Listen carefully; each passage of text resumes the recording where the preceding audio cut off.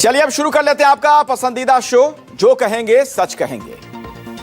पिछले कई दिनों से चुनाव तो देश के 5 राज्यों में हुए, लेकिन सबसे ज्यादा चर्चा पश्चिम बंगाल की रही और वजह ममता बनर्जी जैसी धाकड़ नेता और क्षेत्रीय शत्रप का चुनाव हारना और संघ की उद्गम स्थली में कमल का खिलना।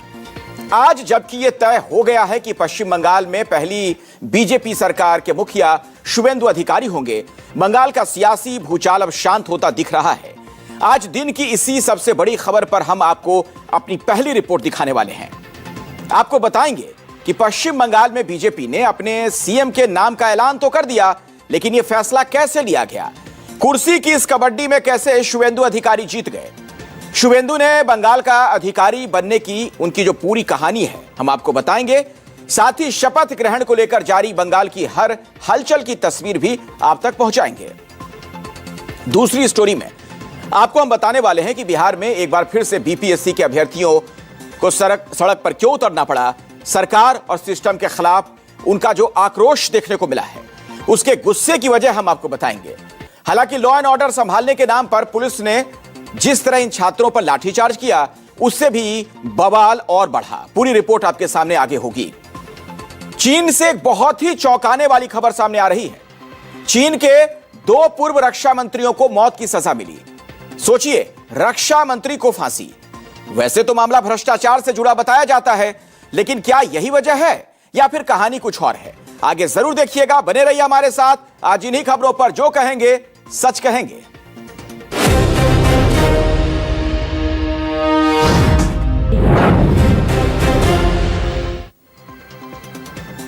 तो शुरुआत कर लेते हैं पश्चिम बंगाल की सियासत से।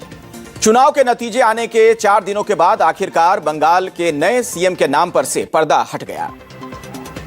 शुवेंदु अधिकारी, जी हां, पश्चिम बंगाल के नए मुख्यमंत्री होंगे।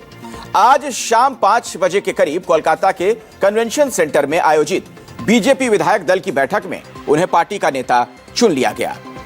8 लोगों ने सीएम बनाने के लिए शुवेंदु अधिकारी के नाम का प्रस्ताव रखा था, जिसे सर्वसम्मति से पास कर दिया गया।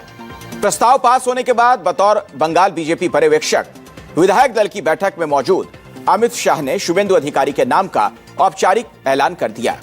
तो पहले आपको अमित शाह का वो ऐलान सुनवा देते हैं, फिर आपको विस्तार से ये पूरी खबर आपको बताएंगे बीजेपी को क्यों शुवेंदु अधिकारी को मुख्यमंत्री बनाना पड़ा है। प्रस्ताव और समर्थन प्राप्त हुए हैं और सभी प्रस्ताव और समर्थन एक ही नाम के मिले हैं। उसके बाद दूसरे नाम के लिए भी सबको समय दिया गया, पर्याप्त समय दिया गया, मगर कोई दूसरा नाम नहीं आया है। इसलिए केंद्रीय पर्यवेक्षक के रूप में मैं श्री शुवेंदु अधिकारी जी को पश्चिम बंगाल विधानमंडल दल के नेता के रूप में निर्वाचित घोषित करता हूं। और इसके साथ ही 2 डेप्यूटी सीएम का फॉर्मूला भी तैयार किया गया है। कोलकाता में बीजेपी विधायक दल की बैठक से निकले हुगली के चापदानी से बीजेपी के विधायक दिलीप सिंह ने दोनों डेप्यूटी सीएम के नाम का खुलासा भी कर दिया। दिलीप सिंह के मुताबिक दिलीप घोष और अग्निमित्रा पॉल शुवेंदु सरकार में डेप्यूटी सीएम बनाए जा सकते हैं। डिप्टी सीएम की चर्चा हुई है कि 2 डिप्टी सीएम की बात आ रही है, एक महिला डिप्टी सीएम हो, एक और। किन नामों पर चर्चा से नहीं आते? शुवेंदु अधिकारी का सियासी बेस ममता बनर्जी की पार्टी टीएमसी रही, तो इसका जवाब भी आपको हम बता देते हैं। दरअसल शुवेंदु अधिकारी मौजूदा वक्त में बंगाल में बीजेपी के सबसे मजबूत और फायर ब्रांड नेता हैं। बंगाल में बीजेपी के सबसे बड़े हार्डलाइनर नेता के तौर पर उनकी पहचान है, जो बीजेपी के हिंदुत्व में आसानी से फिट हो चुके हैं। बंगाल में बीजेपी को महज 3 चुनाव में ही 3 सीट से 207 सीटें दिलाने में अहम भूमिका इन्होंने निभाई है। टीएमसी छोड़कर जब से बीजेपी में आए हैं, तब से हुए दोनों चुनाव में सिटिंग मुख्यमंत्री ममता बनर्जी को हराया है। 2021 के विधानसभा चुनाव में अपने गढ़ नंदीग्राम में पहली बार शुवेंदु ने ममता को 1956 वोटों से हराया था। और अब इस बार के चुनाव में ममता के गढ़ भवानीपुर में जाकर शुवेंदु ने ममता को 15,000 से ज्यादा वोटों से हरा दिया। यानी सिटिंग चीफ मिनिस्टर को 2 बार हराने का रिकॉर्ड शुवेंदु अधिकारी के नाम दर्ज हो गया है। आप लोग तो जीते हो, मेरे लिए बहुत आनंद का विषय है, मगर भवानीपुर की जनता का भी मैं बहुत बहुत धन्यवाद करना चाहता हूं। शुभेंदु दा ने गत चुनाव में दीदी को नंदीग्राम में हराया था। मैंने दीदी का एक इंटरव्यू देखा था, वो कहती थी मैं इनके गढ़ में लड़ने के लिए चली गई। दीदी इस बार तो शुभेंदु दा ने आपके घर में आकर हराया है। আমাদের নেতা নরেন্দ্র মোদীজি যে যে গ্যারান্টি দিয়েছেন সব গ্যারান্টি পূরণ করার কাজ ভারতীয় জনতা পার্টির সরকার করবে। আমি নয়, আমরা নীতিতে ভারতীয় জনতা পার্টি সরকার করবে। কথা কম কাজ বেশি ভারতীয় জনতা পার্টি করবে। दिलचस्प बात यह कि शुभेंदु अधिकारी बीजेपी के मूल कैडर से नहीं आते, ना ही संघ का कोई उनका बैकअप है। बावजूद इसके वो बंगाल में बीजेपी के इस वक्त सबसे मजबूत चेहरे हैं। तो आपको शुभेंदु अधिकारी का जो सियासी सफर है उसके बारे में बता दें, जिसे जानने के बाद आप खुद अंदाजा लगा पाएंगे आखिर बीजेपी ने क्यों शुभेंदु अधिकारी को ही अपना नेता चुना है। समझिए जरा, 15 दिसंबर 1970 को पूर्वी मेदिनीपुर के करकुली इलाके में जन्मे शुभेंदु अधिकारी 19 साल की उम्र में ही छात्र राजनीति में कदम उन्होंने रखा था। कांथी के पीके कॉलेज में कांग्रेस के छात्र परिषद का साथ लेकर सीपीआई-एम के छात्र संगठन एसएफआई को चुनौती देना उन्होंने शुरू किया था। 2001 के विधानसभा चुनाव में ममता बनर्जी को टीएमसी के टिकट पर मुगबेरिया सीट से वो लड़े, लेकिन हार गए। इसके बाद लेफ्ट सरकार के दौरान 2006 में नंदीग्राम में कई आंदोलनों की अगुवाई की उन्होंने।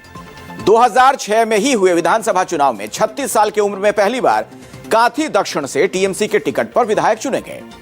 इसके बाद 2009, 2014 में 2 बार लगातार तामलुक सीट से टीएमसी के टिकट पर लोकसभा के सांसद बने। 2016 फिर से प्रदेश की राजनीति में वापसी की उन्होंने और टीएमसी के टिकट पर नंदीग्राम से पहली बार विधायक चुने गए। इस बार ममता बनर्जी की सरकार में 2016 से 2020 तक परिवहन जैसे कई अहम विभागों की जिम्मेदारी उन्होंने संभाली। इसी दौरान ममता बनर्जी से मतभेद होने के बाद 19 दिसंबर 2020 को मेदिनीपुर के मैदान में भारी जनसैलाब के बीच अमित शाह की मौजूदगी में शुभेंदु अधिकारी टीएमसी छोड़कर बीजेपी में शामिल हो गए। इसके बाद अगले साल 2021 के विधानसभा चुनाव में नंदीग्राम से दूसरी और बीजेपी के टिकट पर पहली बार विधायक बने। इस चुनाव में शुभेंदु ने ममता बनर्जी को हराया था। इस चुनाव में शुभेंदु न सिर्फ खुद जीते बल्कि बीजेपी को 3 से सीधे 77 सीट और वोट शेयर 10 से 38% तक पहुंचाने में भी अहम भूमिका निभाई थी। 2021 में बीजेपी जब बंगाल में 77 सीटें जीती थी, उनमें से 29 सीटें तो अकेले शुभेंदु के दबदबे वाले इलाके से थे। 2021 से 2026 तक विधानसभा में नेता प्रतिपक्ष भी रहे और अब 2026 में लगातार तीसरी बार शुभेंदु अधिकारी नंदीग्राम से विधायक बने हैं। यानी नंदीग्राम में शुभेंदु अब तक अजेय हैं। शुभेंदु इस बार भवानीपुर से भी ममता बनर्जी को हरा चुके हैं और जब से शुभेंदु अधिकारी बीजेपी में आए हैं तब से वो अमित शाह के भी काफी भरोसेमंद माने जाते हैं और यही वजह है कि बीजेपी के पास मौजूदा वक्त में शुभेंदु अधिकारी से मजबूत और बेहतर विकल्प नहीं था। तो ये पूरा समीकरण हमने आपको समझा दिया। हालांकि वो अलग बात है कि बीजेपी जिस तरह से परिवारवाद को लेकर विपक्षी दलों पर, खासकर कांग्रेस पर आरोप लगाती है, उस पर एक रिपोर्ट हम आपको दिखाएंगे, लेकिन पहले बयान सुन लीजिए। और शुभेंदु दा के नेतृत्व में पश्चिम बंगाल में भारतीय जनता पार्टी का नेतृत्व और भारतीय जनता पार्टी शानदार काम करेगी, ये हमें पूरा विश्वास है। शुभेंदु अधिकारी जी मुख्यमंत्री बन गए और बंगाल को सुशासन देने के लिए प्रधानमंत्री और हमारे अमित शाह जी का आशीर्वाद उनको मिला और आने वाले दिन में बड़ा काम होगा।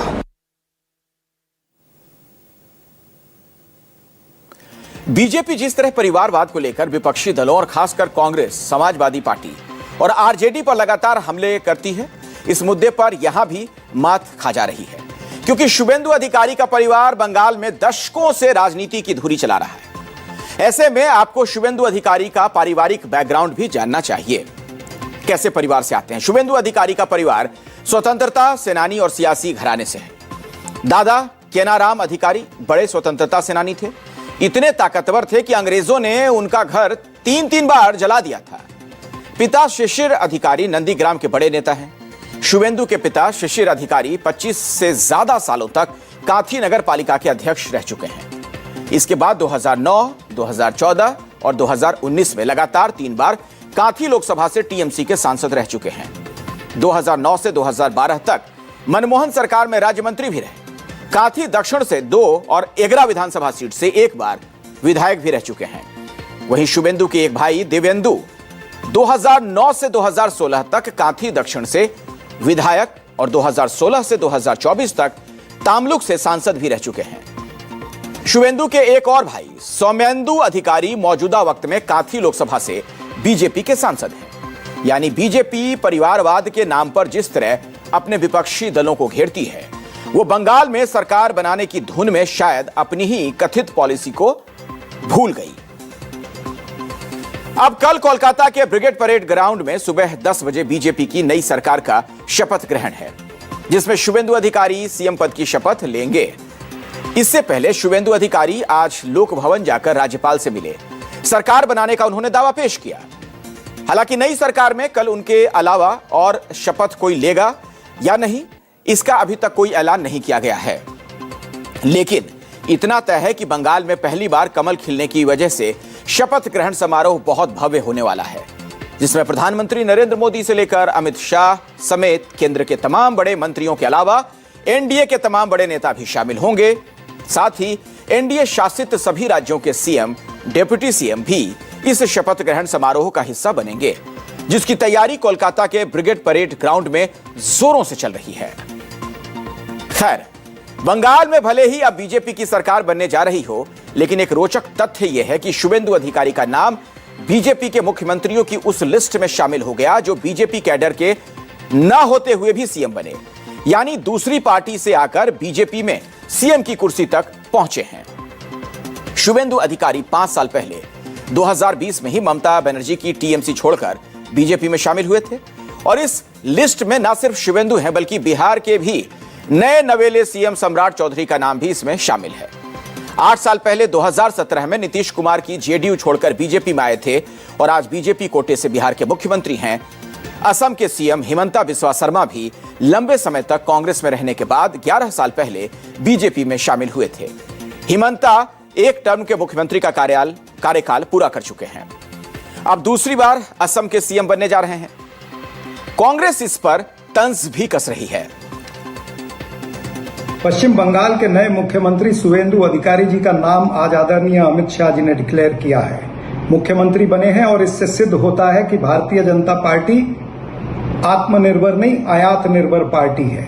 ये मात्र शुवेंदु अधिकारी की बात नहीं कर रहा हूं, इसके पहले के भी अगर उदाहरण देखे जाए तो हेमंता बिस्वा शर्मा, पेमा खांडू, मानिक साहा, सम्राट चौधरी, अर्जुन मुंडा, बसवराज बोमई, ये तमाम सारे नेता जो हैं, ये आयात किए हुए नेता बीजेपी ने मुख्यमंत्री बनाए थे। और बंगाल के बाद अब दूसरे सेगमेंट में बात बिहार की, लेकिन इस सेगमेंट में हम सियासत की नहीं बल्कि आज हुए जोरदार प्रदर्शन की बात करेंगे।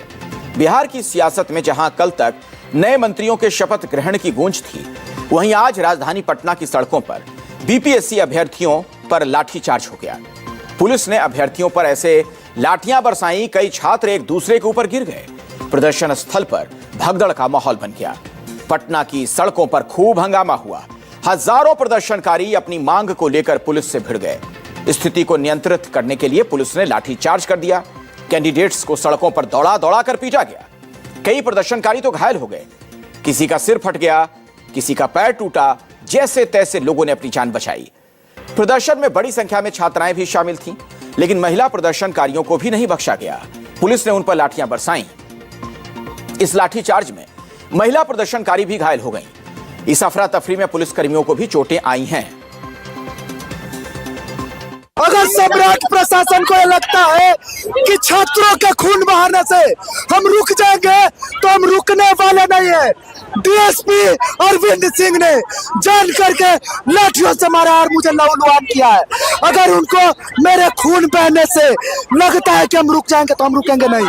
जब तक टीआरई 4 की वैकेंसी जारी नहीं होती है तब तक हम नहीं रुकेंगे, चाहे हमारा सर फोड़ दे, चाहे जेल भेज दे, हम रुकने वाले नहीं है। चोट लगी है, उग्र हो गए थे लोग, उधर से रोड़ेबाजी बोतलबाजी और किए हैं, रोड़े बोतल फेंके हैं जिसमें चोट लगी है। जी मुझे भी चोट। दरअसल बिहार में बीपीएससी टीआरई 4 शिक्षक भर्ती के विज्ञापन का इंतजार कर रहे अभ्यर्थियों के सब्र का बांध शुक्रवार को टूट गया। इसके बाद आज हजारों शिक्षक अभ्यर्थी पटना कॉलेज से बिहार लोक सेवा आयोग कार्यालय तक मार्च निकालने निकले। करीब 10,000 अभ्यर्थी सड़कों पर उतर आए, जिससे पूरे शहर की रफ्तार थम गई। अभ्यर्थियों ने राज्य सरकार और बीपीएससी के खिलाफ नारेबाजी करते हुए विरोध मार्च निकाला, लेकिन जेपी गोलंबर पर पुलिस की लाठी से उनका सामना हुआ। पुलिस ने उन्हें आगे बढ़ने से रोक दिया। अभ्यर्थियों का हुजूम बैरिकेड तोड़कर बीपीएससी ऑफिस की तरफ बढ़ा तो उन्हें पुलिस के भारी विरोध का सामना भी करना पड़ा। बैरिकेडिंग हटाने की कोशिश की गई, उसके बाद स्थिति तनावपूर्ण हो गई और पुलिस ने प्रदर्शनकारियों पर लाठीचार्ज कर उन्हें खदेड़ने का प्रयास किया। इसके बाद जेपी गोलंबर के पास कैंडिडेट्स कपड़े उतारकर प्रदर्शन करने लगे। बारिश के बावजूद प्रदर्शनकारी डटे रहे। पुलिस ने हालांकि समझाने बुझाने की कोशिश की, लेकिन वो हटने को तैयार नहीं थे और सम्राट चौधरी सरकार के खिलाफ नारेबाजी करते रहे। इस प्रदर्शन के पीछे 3 प्रमुख कारण अब सामने आ रहे हैं।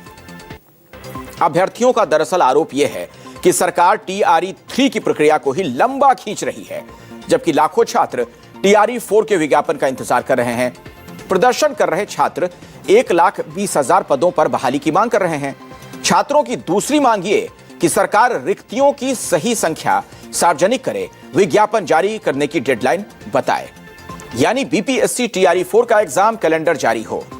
प्रदर्शन में एक सुर यह भी उठ रहा है कि शिक्षक बहाली में रिजल्ट से पहले काउंसलिंग होनी चाहिए। अभ्यर्थी प्रक्रिया में संभावित बदलावों का भी विरोध कर रहे हैं। बीपीएससी टीआरई 4 भर्ती परीक्षा पहले सिंगल स्टेज यानी एक ही चरण में होनी थी। सिंगल टेस्ट एग्जाम से सीधी नौकरी हो जानी थी, लेकिन अब बीपीएससी ने परीक्षा का पैटर्न बदलाव कर दिया है। उसमें अब यह परीक्षा 2 चरणों में आयोजित करने की तैयारी है। छात्रों का कहना यह है कि टीआरई 4 में शिक्षक भर्ती के लिए सरल और पारदर्शी व्यवस्था होनी चाहिए। इसी का विरोध करने जब छात्र सड़कों पर उतरे, पुलिस ने लाठीचार्ज कर दिया। घटना के बाद सड़क पर छात्रों के जूते, चप्पल, तख्तियां बिखरी नजर आईं। प्रदर्शनकारियों का आरोप यह है कि पुलिस ने छात्रों को दौड़ा दौड़ा कर पीटा। कई अभ्यर्थी घायल हो गए। कुछ छात्रों के सिर फटने और एक छात्र के पैर टूटने की भी खबर सामने आई है। हम लोग को यहाँ पर हम लोग शांतिपूर्वक बीपीएससी टीआरई 4 का जो है सो अनशन कर रहे थे। हम लोग पर लाठीचार्ज किया गया है जी, सभी बच्चों पर। क्या चाहते हैं? हम लोग चाहते हैं सर टीआरई 4 का जल्द से जल्द नोटिफिकेशन जारी हो। चोट जी लगा है, बहुत सालों का चोट लगा। यहाँ तक कि सर लड़कियों को भी मारा गया है, लड़कियों को भी मारा गया है। 2 साल से वैकेंसी को लटकाया गया है। जब वैकेंसी देने के बारी आए तो आज कह रहा है कि पीटी मेंस और लेंगे, और यहाँ पर जब हम लोग आए यहाँ पर आंदोलन करने के लिए, यहाँ पुलिस लाठीचार्ज करने लगी। 2 साल से बरगलाया जा रहा है कि कल देंगे परसों देंगे नोटिफिकेशन। 2 साल जिसका एज पार हो रहा है क्या करेगा?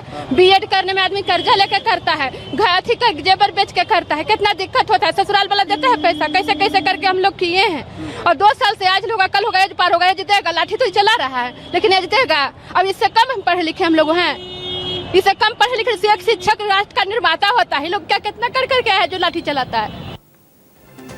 प्रदर्शनकारियों का कहना यह है कि वो लंबे समय से टीआरई 4 की अधिसूचना का इंतजार कर रहे हैं। कई छात्रों ने दावा किया कि शिक्षक भर्ती परीक्षा की तैयारी के लिए उन्होंने जमीन तक गिरवी रख दी, लेकिन सरकार केवल आश्वासन दे रही है। छात्रों ने नई सरकार पर वादा खिलाफी का आरोप लगाते हुए कहा कि लगातार तारीखें दी जा रही हैं, लेकिन भर्ती प्रक्रिया शुरू नहीं हो रही।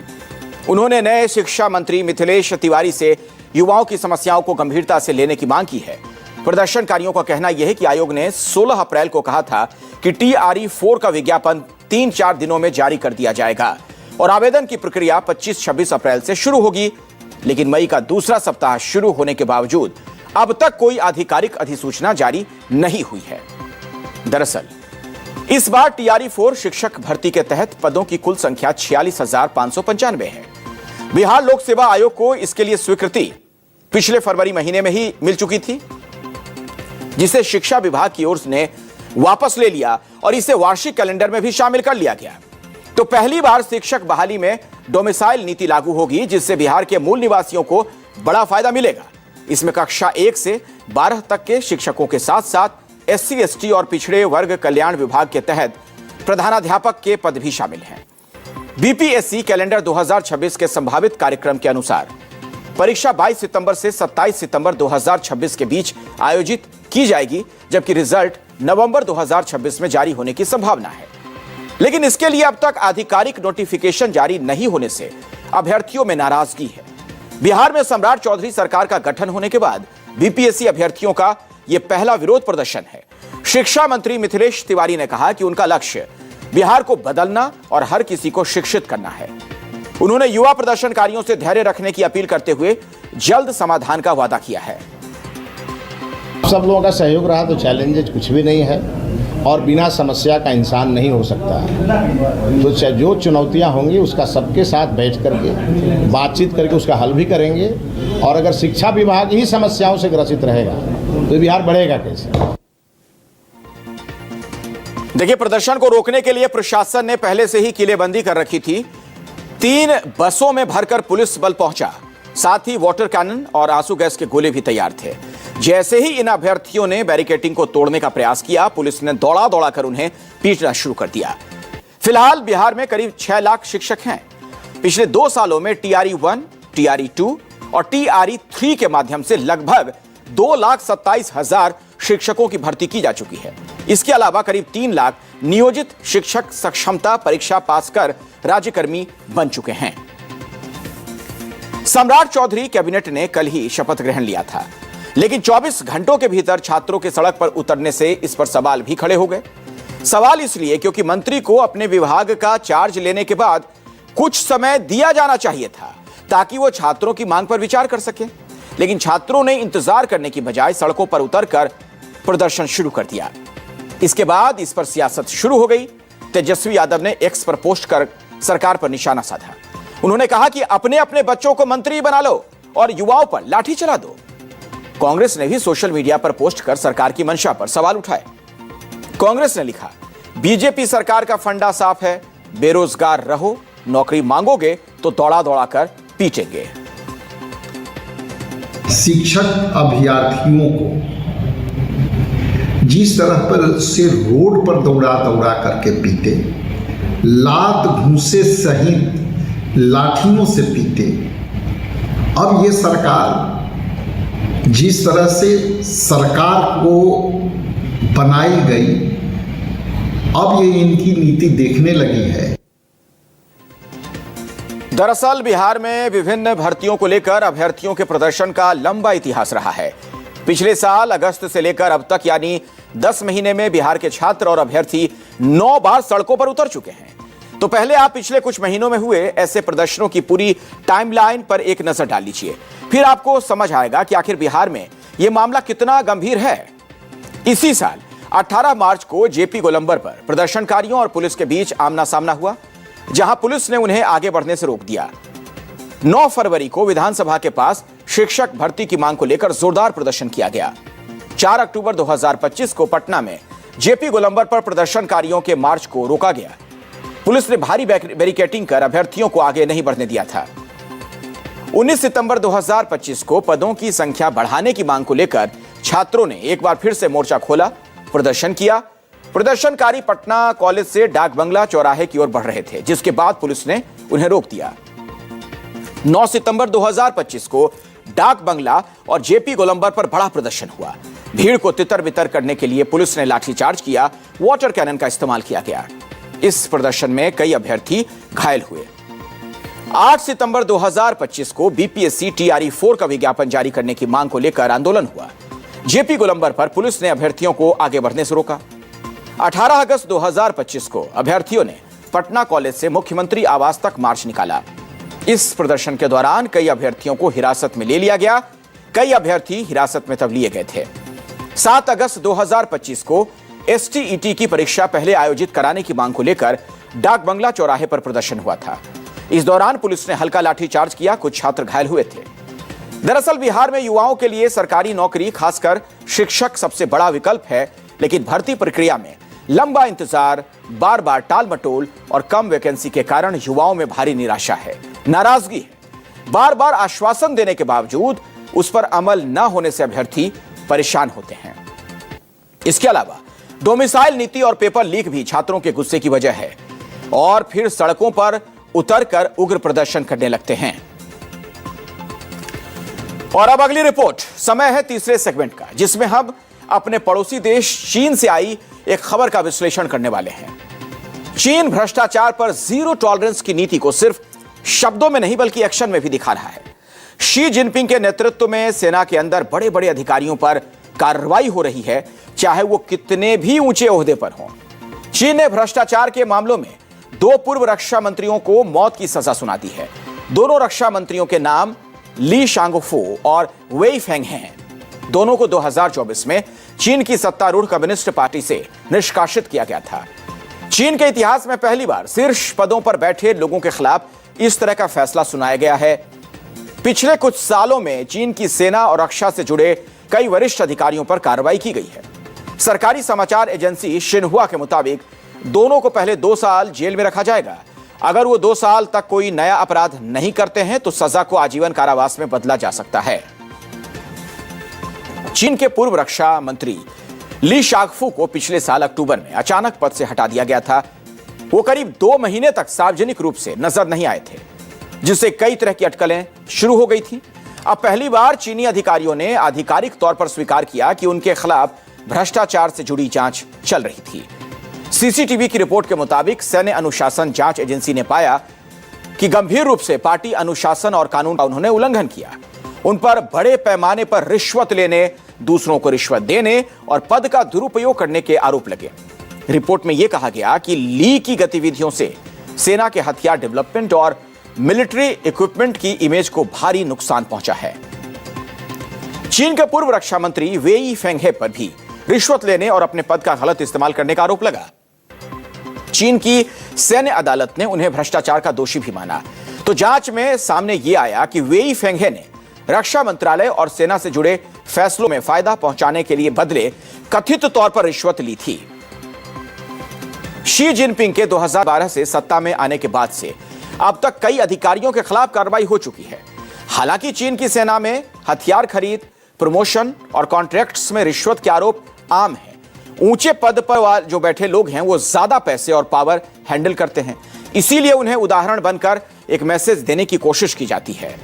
चीन का मीडिया इसे पार्टी की जीत और कानून का राज बताता है, लेकिन इसका मकसद पार्टी और सेना पर अपनी पकड़ को और मजबूत करना है, वफादारी को सुनिश्चित करना है। तो माना यह जा रहा है कि दोनों रक्षा मंत्रियों को फांसी की सजा दिए जाने के पीछे की वजह शी जिनपिंग के खिलाफ साजिश भी हो सकती है। दोनों नेता 2023 में रक्षा मंत्री थे। फेन्हे की बात की जाए तो वो भी रक्षा मंत्री थे। शांगफू को रक्षा मंत्रालय की कमान भी सौंपी गई थी, लेकिन कुछ ही महीने में उन्हें भी पद से हटा दिया गया था। और इसी दौरान ऐसी खबरें आई थी कि शी जिनपिंग को सत्ता से बेदखल करने की साजिश रची गई है। दरअसल चीन के सरकारी अखबार PLA डेली ने दोनों की सजा को लेकर एक लेख लिखा। इसमें कहा यह गया कि दोनों को जो सजा मिली है उसे यह तय हो गया कि अब सेना का कोई भी शीर्ष अधिकारी बेवफाई के बारे में नहीं सोचेगा। अखबार ने आगे यह भी लिखा है कि हथियार रखने वाले लोगों को सबसे पहले वफादार होने की जरूरत है। इतना ही नहीं, चीन की जो सर्वोच्च सैन्य प्राधिकरण है उसने भी फैसला सुनाते हुए दोनों को लेकर विश्वासघात करना लिखा है। इसीलिए सवाल ये उठ रहे हैं कि क्या शी जिनपिंग राष्ट्रपति के खिलाफ 2023 में खेल की कोशिश हुई थी। और चलिए अब खबरों में हम आगे बढ़ें, उससे पहले अभी की हेडलाइंस आपको दिखा देते हैं।